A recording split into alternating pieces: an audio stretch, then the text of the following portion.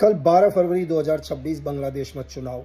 BNP और जमात आमने सामने। लोग चाहते हैं कि बीएनपी आए, थोड़ा सा तो लोकतंत्र।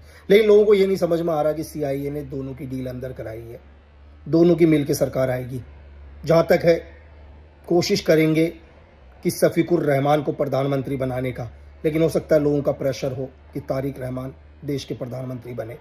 लेकिन कंट्रोल सिर्फ अमेरिका का रहेगा और रशिया के साथ सारी डील कैंसिल करेंगे, चाहे प्लेन सिकोई की हो या ऑयल की।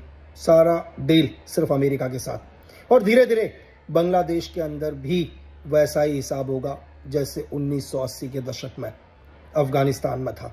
आतंकवाद बढ़ेगा और अमेरिका कहेगा यार कि आने वाले वक्त में मुझे आतंकवाद खत्म करना है, तो तुम्हारी धरती की जरूरत है, क्योंकि अपनी सेनाएं बैठाऊंगा ना, अपनी सेनाएं बांग्लादेश में बैठाएगा और तुम्हारे सारे खनिज पदार्थ, सारी चीजें अपने देश लेकर चला जाएगा। দাদারা, নির্বাচন এদেশের নতুন নয়, আর ক্ষমতার অপব্যবহারও এদেশের নতুন নয়। যদি প্ল্যান প্রোগ্রাম এমন হয়ে থাকে তাহলে বাংলার মানুষ বোকা না। আর বাংলাদেশের সেনাবাহিনী পৃথিবীর সবচেয়ে স্মার্ট সেনাবাহিনীর মধ্যে একটি। তারা সার্বভৌমত্ব রক্ষার জন্য তারা এই নির্বাচনে বেস্ট ডিসিশন নেবে কোনটা বাঙালি জাতির জন্য এবং কোনটা সার্বভৌমত্ব রক্ষার জন্য বেস্ট হবে। বাংলাদেশের অভ্যন্তরীণ বিষয় নিয়ে আপনারা যতটা বলতেছেন তার চাইতে বেশি চিন্তিত বাংলাদেশের মানুষ।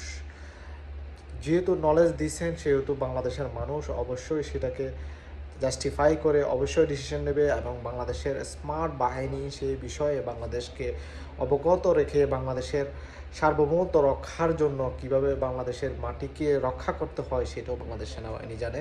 আর যদিও ক্ষমতার অপব্যবহার করা হয় তাহলে বাংলাদেশের মানুষ 24-এর মতো আর একটা 26 খেলে দেবে।